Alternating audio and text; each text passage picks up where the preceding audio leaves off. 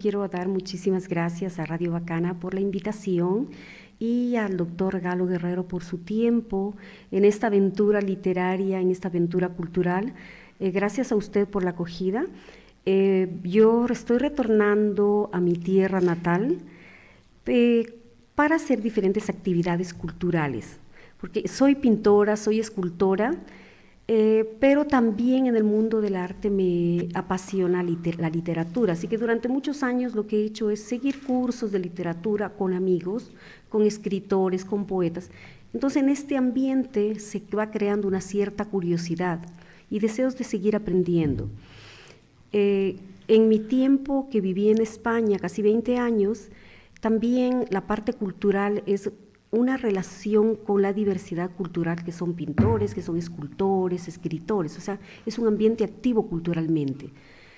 Y posteriormente me fui a vivir en Estados Unidos, y en Estados Unidos creé una organización que es BICOA, es Bicultural, Intercultural Base de las Américas, porque allá muchas nacionalidades hablan español en Nueva York. Y cuando nos vamos los ecuatorianos, y resulta de que tenemos una misma identidad lingüística con los colombianos, centroamericanos, chilenos, panameños. Entonces, todos nos integramos justamente para desarrollar actividades culturales. O sea, existen núcleos, diferentes núcleos de cultura que contribuyen a la promoción del español en los Estados Unidos. De hecho, Estados Unidos es el segundo país en el mundo donde se habla español. El primer lugar en el mundo es México, y después de México es Estados Unidos, no España.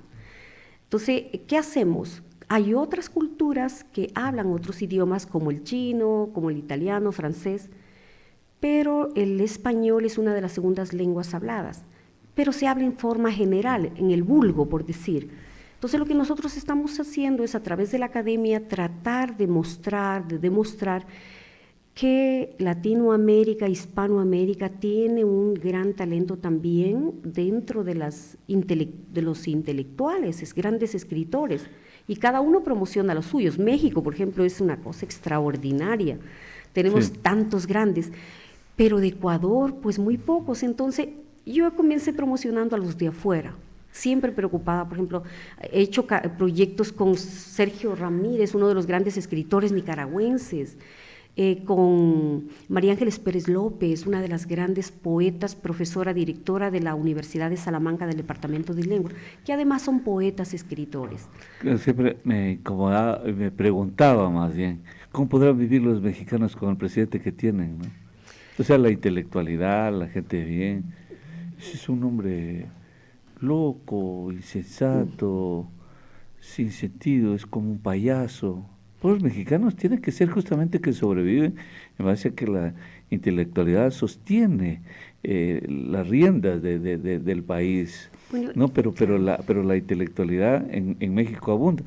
Por eso se fue seguramente Gabriel a vivir por allá, ¿no? Gabriel García, ¿no? sí, es que, o sea, la política, los que vivimos en el mundo de la cultura, tenemos que de una u otra forma respetar, observar y analizar, porque personajes de la política forman parte de inspiración en nuestra obra. También, claro, obviamente. Entonces, claro, las grandes obras, el gran Rulfo, ¿de dónde nacen sus grandes obras? De ese periplo de su propio pueblo, de esas peripecias que le toca vivir. De esa cultura de esa diversa. Cultura. Al final nosotros tenemos que aprender a ser simplemente diplomáticos. Pero Sí, toda claro. esa idiosincrasia Pero puede forma ser parte. muy cómodo también. Así se le acusa a Benjamín Carrión, que era muy cómodo, que veía las cosas desde Quito, desde allá llegó, y de hecho llegó a ser diplomático, ¿no? Entonces, pero está bien, no vamos a pedirles más porque no hay tiempo. Entiendo que no tienen tiempo, me refiero a que ustedes, el intelectual, no tiene tiempo para la... Es que hay tantas cosas importantes que comentar, sobre todo sobre la parte intelectual, tantos grandes escritores. Claro. Loja es la cuna de grandes creadores en la literatura, en la música. Entonces creo que es fundamental el hecho de la promoción de diferentes alternativas de cómo poder organizar, cómo poder contribuir a la difusión de todos los talentos que tenemos. Ahora mismo me ha sorprendido y me ha llamado con una magnífica obra, el mismo doctor Galo Guerrero me acaba de dar esta gran obra, Lectura Crítica. ¿Y sabe qué? Lectura crítica, Sí, sí, aquí la tenemos en nuestras manos sí, también. esto desde la estética y ética del pensamiento metacognitivo y metalingüístico. Y él me decía, pero es que esto hay que darlos a las escuelas para que aprendan, es fundamental. Pero ¿sabe qué? Los profesionales deberían tener estos libros para expresarnos, porque la parte de la conversación, el diálogo, yo, por ejemplo, tengo que dialogar cuando estoy en mi trabajo, cuando estoy con otras personas. Nosotros tenemos una vida, por ejemplo, en el aspecto intelectual de convivencia, de conversaciones. Eso nos enriquece, en la parte profesional nos ayuda. Entonces, es tan fundamental la lectura porque nos abre al pensamiento de otras culturas. Si nosotros tenemos eso, nosotros tenemos una gran capacidad, capacidad para comunicarnos, capacidad para avanzar, porque la lectura es lo que nos da conocimiento para enriquecernos conociendo otros lugares en el mundo. Eso es fundamental. Muy bien, Sí, permítame, doctora, saludar y agradecer al doctor Galo Guerrero el ejemplar que nos ha entregado. Debe ser de altísimo nivel, ¿no? Ya lo vamos a revisar.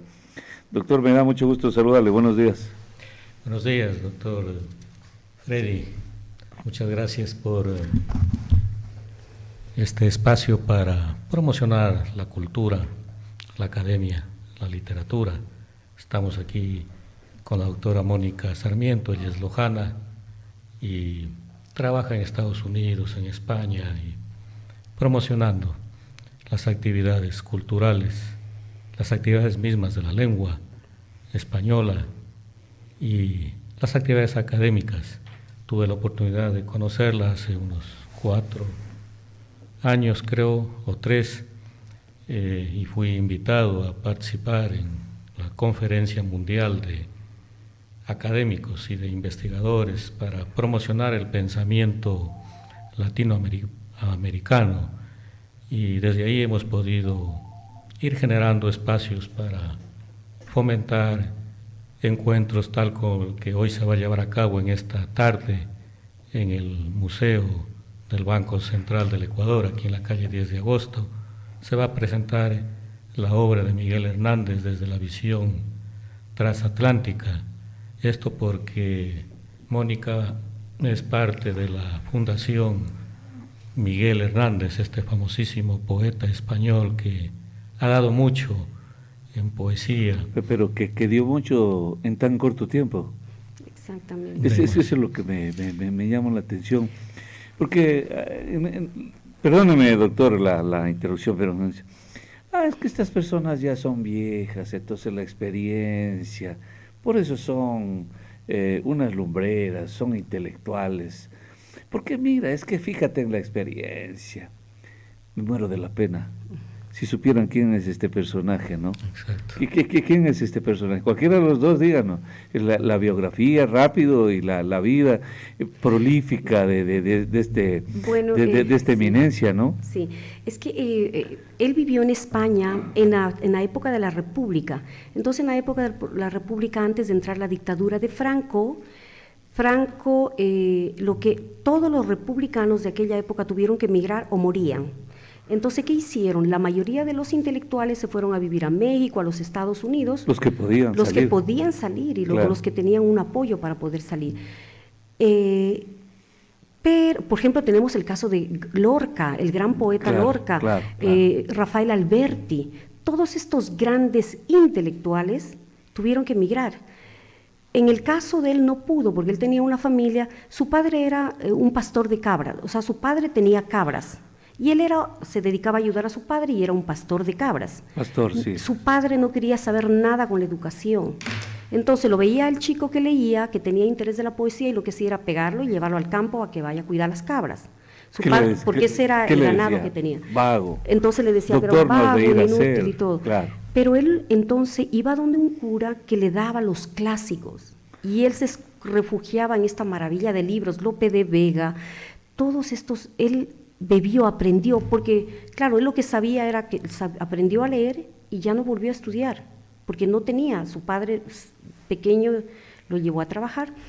Pero la lectura, hablando ahora justamente, la importancia de la lectura, sin volver a estudiar más, la lectura, las buenas lecturas le ayudaron a ser un gran poeta. Entonces, que una persona que no pasó ningún estudio, educación, sino la básica, se fue formando a través de las grandes lecturas y esa lectura lo fue puliendo. Pero esa lectura lo mató. Pero la lectura lo mató porque él reivindicaba el derecho a la educación, el derecho a la libertad de pensamiento. El intelectual no soporta la esclavitud. Absolutamente, el libre pensamiento Exacto. es fundamental para el desarrollo. Y él se rodeó con grandes intelectuales, de hecho, los poetas, él aprendió mucho también de poetas iberoamericanos. ¿Por qué? Porque todos los grandes intelectuales estaban viniendo hacia América, hacia Argentina, Chile. Argentina, Chile y México recibieron a todas estas personas. Por eso son países que quizás han evolucionado en este aspecto porque han tenido esta influencia. Entonces, él murió a los 30 años porque, claro, en la época de Franco, pues, como le pasó a Lorca, los cogieron y los encerraron en la cárcel, y ahí es que murió de una enfermedad producida por las enfermedades que se dan ahí en la debilitamiento, no comer y todo esto, y además por la época, que era una época de muchísima pobreza en España. Antes me parece que ya había sido tomado prisionero, o sea, en la segunda vez me parece que... Sí, o sea, él salía porque justamente los intelectuales que todavía estaban ahí lo ayudaban. Incluso Pablo Neruda le ofreció refugio, exilio en Chile. El momento en que él iba a cruzar la frontera a Portugal, una de las personas lo reconoce y le dice, no, él es un republicano. Y entonces lo detienen y no le dejan pasar la frontera. Ese es el fanatismo. Entonces en Alicante muere en la cárcel de Alicante. Y a los 30 años. A los 30 años. Entonces, en esa corta vida, su gran producción poética es interesantísima. 1942. Claro, 1942. Ahí es cuando muere. Porque realmente él en esa corta vida fue una vida muy triste porque nunca llegó a tener dinero, o sea, fue una pobreza absoluta. Pero ni en esa pobreza le impidió movilizarse a Madrid, conocer a la gente, tener personalidades que le ayudaran. Entonces, entre esas personalidades está como un gran amigo Pablo Neruda, Alexander, admiraba muchísimo la obra del nicaragüense Rubén Darío, que le sirvió de inspiración y lo introdujo a la poética de los grandes escritores franceses. Entonces, ni la pobreza ni la falta de dinero impiden a un ser humano desarrollarse y que deje un gran legado de patrimonio a su país. Ahora nosotros estamos promocionando no solamente su obra poética, sino esa capacidad, esa fuerza, ese intelecto, ese deseo de superación. Y que en tan corta edad fue profusa su obra literaria. Permítame, hay una persona en la línea, no sé si esperó. Buenos días, le escuchamos, adelante. Obviamente que no. No, espero, pero bueno, algún rato salimos con él. Le decía, ¿fue profusa esta obra literaria de Hernández? Fue una fila difícil, porque él vivió en un pueblo de Orihuela, Alicante, España.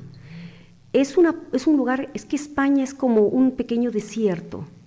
Entonces, no tenían trabajo, la situación económica era terrible y tenía que sobrevivir. ¿Cómo sobrevivía? Sobrevivía con el apoyo y la ayuda de amigos que le ayudaban a conseguir trabajo. Y se rodeó de grandes personalidades. Por ejemplo, uno de ellos está Cosíos, uno de los grandes hombres que fomentó la educación. Franco no interesaba que se educara a la gente. No, pero ellos reivindicaban la educación. A ningún dictador. Pero entonces, no pregúntale eso a Maduro. Buenos días, la persona que está en la línea. Escuchamos, adelante. Buenos días. Qué bueno que se termine la última semana de este año con cultura. A sus interlocutores, a sus invitados especiales, también felicitaciones. ¿Qué opinión le merece la obra pictórica ornitológica, única en el sur del país y posiblemente en el país, sobre aves, del doctor Pablo Andrade Cueva? Muchas gracias. Muy bien. No sé si la conoce primero, doctora, la obra Bueno, de Pablo Andrade. algo Una eminencia, fundamental, ciertamente sí, que es una eminencia este hombre. algo fundamental, que un ser humano se dedique a la investigación y esa investigación salga fuera, ya es una cosa para promocionar fuera del país, para dar a conocer. Eso es un trabajo enorme. Pero el mejor, doctor, usted es más apropiado. No sé, Obra, pero qué bien que, se debería conocer, sí, exactamente, algún rato sí qué es interesante excelente. que desde cualquiera de los frentes culturales, ambientales, lingüísticos, científicos, se haga estos esfuerzos para, a través del estudio que los investigadores llevan a cabo, se pueda seguir generando esta cultura, esta circunstancia humanística tan vital, tan importante para el desarrollo del mundo y sobre todo para el comportamiento que es el que nos ayuda a que podamos rescatar y valorar lo que tenemos, ¿no? Imagínense el caso de Miguel Hernández, un hombre que no fue formado académicamente porque no tuvo la oportunidad, pero en cambio buscó modelos de vida. Y esos modelos, yo siempre insisto, están en los libros. 30 años, 30 años a mí Imagínense con 30 años todo lo que produjo, igual que aquí en nuestro país el famosísimo Medardo Ángel Silva, Medardo, claro. con 21 años de edad, mire lo que dejó. Claro, Entonces, pero antes había una vida difícil para ese escritor. Hoy ha mejorado la situación económica de los escritores, de los actores del mundo de la política, de la cultura. por supuesto que sí, por supuesto que hay mejoras porque también ha sido ese esfuerzo personal y luego colectivamente esos los encuentros que se fomentan, a veces no tanto desde el Estado, algo hacen los países a través del Ministerio de Cultura, pero si eso no es debidamente procesado para que llegue a todos quienes se esfuerzan, a veces son solo intentos. Sin embargo, ese esfuerzo que personalmente se hace y luego como las instituciones, como los medios de comunicación, en fin, nos van brindando estos espacios, se puede en verdad promocionar la cultura. Y yo digo, al promocionar la cultura, promocionamos el humanismo, el ser humano con sus vertientes de manera integral. Por eso es que a la par que se presenta hoy esta obra sobre la obra de Miguel Hernández, aprovechando el 80 aniversario pues, de su fallecimiento,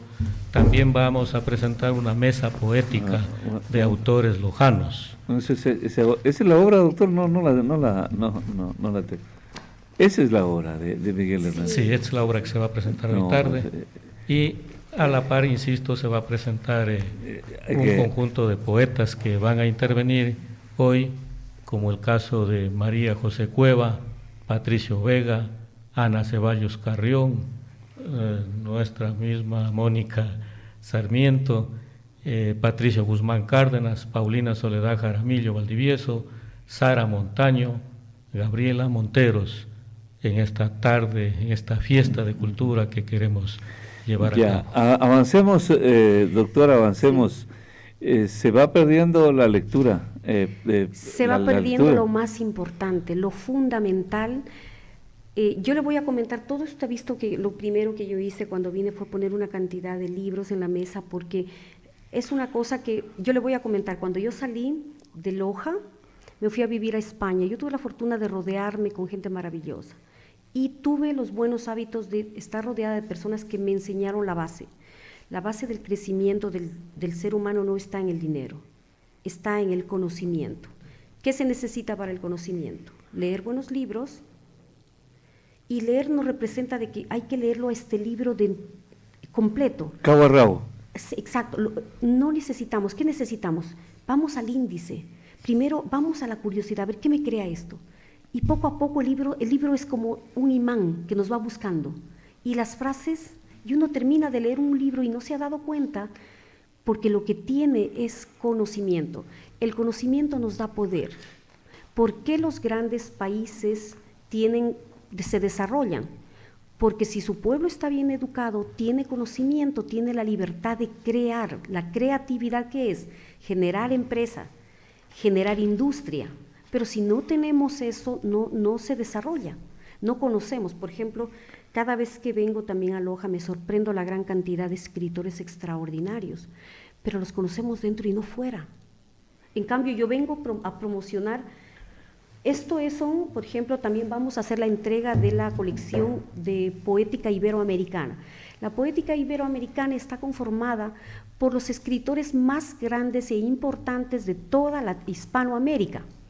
Tenemos, imagínense, que yo que soy lojana, vivo promocionando a los de afuera. No es porque existe una empatía, es porque, como dijo el doctor Galo Guerrero, vamos creando encuentros, pero esos encuentros son personas con las que nos vamos acercando, o sea, hacemos lo posible por dar a conocer, o sea, nos atrevemos a eso. Entonces yo promociono, fíjese, esta colección de poética iberoamericana la trabajamos con la Fundación Miguel Hernández de España, o sea, nunca he trabajado con el gobierno, ni con Ecuador, he tenido grandes amigos dentro de la política, no puedo hablar de política porque donde hay una persona con conocimiento no tiene partido, esté donde esté, es mi amigo y colaboramos. Entonces, he colaborado con grandes diplomáticos de cualquier partido, pero es el conocimiento lo que nos acerca. Y cuando comencé a trabajar, porque yo soy una persona independiente, que trabajo por mi cuenta con grandes proyectos, como persona, yo no estoy esperando que una organización de cualquier gobierno me apoye, es mi iniciativa. ¿Cómo la creé? Creando una propia empresa, buscando recursos para mi empresa. ¿Cuál es mi empresa? El fomento de la cultura iberoamericana. Porque así como tenemos grandes intelectuales en Ecuador, también en Iberoamérica, pero tenemos que darlos a conocer, tenemos que crear proyectos para que se conozcan, se apoyen. Entonces, yo estoy haciendo ahora en este momento el evento en Loja, acabé de venir de España, y lo hicimos en España con grandes intelectuales, con grandes poetas. Regresamos a Estados Unidos y vamos conectando, creando estas conexiones, poniendo al mismo nivel los poetas, escritores lojanos con otros. Como le comento, mire, tenemos Hugo Mujica de Argentina, Telmo Herrera de Ecuador, Juan Carlos Mestre de España, María Ángeles Pérez López de España, Sergio Ramírez de Nicaragua, uno de los más grandes premiados de la cultura iberoamericana, Rafael Cortosí, el gran intelectual uruguayo. Sergio Ramírez creo que lo encerró, lo expulsaron, lo acaban de expulsar el gobierno. Primero lo encerró, obviamente, y le dio la oportunidad para expulsarlo en Nicaragua al dictador. Está refugiado ahora en España, le dieron la nacionalidad, le abrieron las puertas. Yo digo, España ha abierto las puertas a muchos intelectuales y de la misma manera que lo hizo conmigo. Mi segunda patria es España, porque a mí España me dio la educación y el conocimiento. Entonces, estoy tan grata a ese país que vio que cuando yo llegué a Ecuador se quedó sorprendido, porque dice, ¿por qué el resto de ecuatorianos no son como tú, que tienen ese conocimiento? Vienen, hablan de Ecuador. Yo hablaba de todo lo de Ecuador. Lléveme a mí y va a ver cómo. Y la cultura precolombina, cuando hablo de la potencial de cultura precolombina que tenemos aquí en el Ecuador. Doctora, pero le preguntaba, lástima, nos quedan poquísimos minutos, le preguntaba cómo hacer, se ha perdido el hábito de la lectura, sobre todo en libros físicos. Se ha perdido porque se ha cambiado por la tecnología. ¿Pero lo están leyendo en tecnología? ¿Están aprovechando la tecnología para leer los libros? En Estados Unidos hay grandes lectores, sí. Los libros, por ejemplo, en este momento, usted ve en el tren muchísima gente leyendo los libros, porque tiene que adaptarse a la tecnología. Por ejemplo, yo este libro me lo llevo, porque yo viajo muchísimo, entonces tener la oportunidad de tenerlo en un iPad o tenerlo en mi teléfono, ¿qué me permite? Que a donde yo vaya, lleve. Entonces también tenemos que ajustarnos a las nuevas tecnologías. No hay problema en tanto en cuanto se lea. Siempre. En tanto en cuanto se lea. El asunto es que debería averiguar usted, por ejemplo, si en Loja estamos leyendo. Sería interesante hacer una estadística. Solo es eso. Yo le ruego, por favor, que investigue. El problema es, en verdad, cómo se lee. ¿Cómo se lee? ¿Qué se lee? ¿Para qué se lee? Claro. ¿Bajo qué circunstancias? Justo yo en esta semana estoy publicando un artículo sobre el ámbito psicológico, ético, estético, musical y filosófico que la lectura produce, en tanto en cuanto uno puede procesarla mentalmente, cognitivamente, ¿no? En tanto en cuanto uno es consciente de que lo que voy a leer, ¿para qué me sirve, no? Hoy se lee más. El problema es que esas lecturas que se lee sobre todo en los medios tecnológicos no son lecturas que me permitan ascender en esta circunstancia profundamente humana. En muchos casos son lecturas triviales que no me ayudan en verdad a realizarme como tal, lograr, porque en verdad que no importa el formato. Y hoy, por supuesto, pues leer en estos medios tecnológicos que uno en verdad no tiene para qué cargar tantos libros, por supuesto que sí, pero eso es ya para el lector que en verdad formado. Ese es el batallar que tenemos hoy en día, si queremos en verdad que la ciencia, que el humanismo, que las artes no se pierdan, y todos los aspectos culturales no se pierdan, porque al perderse aquello, se pierde la humanidad como tal, ¿no? Yo a veces digo, ¿de qué sirve el desarrollo científico? ¿De qué sirve todas estas situaciones si es que no las aprovechamos para esta formación que necesitamos? Formarnos no para aprendernos de memoria lo que consta en un texto, sino para ver qué es lo que extraemos de él y qué es lo que yo puedo considerar como válido para cuestionar, para reflexionar, para aportar, para decir esto sirve, esto no sirve y cómo yo puedo en verdad contribuir a esta realización plenamente humanística que es lo que tanto necesitamos. Entonces, ¿cuánto se lea para ser feliz? Ya, yo creo que ya se ha autorrealizado una persona. Quiero agradecerle, nos amaneceríamos aquí conversando con usted, con el doctor Galo Guerrero, pero el tiempo ha terminado. Les dejo por favor para que reiteren la invitación a la presentación de la obra de Miguel Hernández, que nunca puedo entender, no puedo entender cómo esta gente de tan corta edad pueden tener una vida tan profusa y prolífica a la vez, ¿no? O sea, y cómo pueden generar tanta literatura. Es el deseo de aprender, el deseo de mejorar nuestra vida. Y yo creo que también vamos a tener esta conversación en este evento al que los invitamos cordialmente el día de hoy a las 5 de la tarde, en lo que era antes el antiguo museo del Banco Central del Ecuador. Ahora es la Casa Lojana, la Casa Museo de la Cultura Lojana, está en la 10 de agosto entre Bolívar y Bernardo Valdivieso. Sí. Los invitamos a que nos acompañe a las 5 de la tarde el día de hoy. Solo me quedo con la duda, y si se hubiese dedicado Miguel Hernández a pastorear cabras, no hubiese muerto.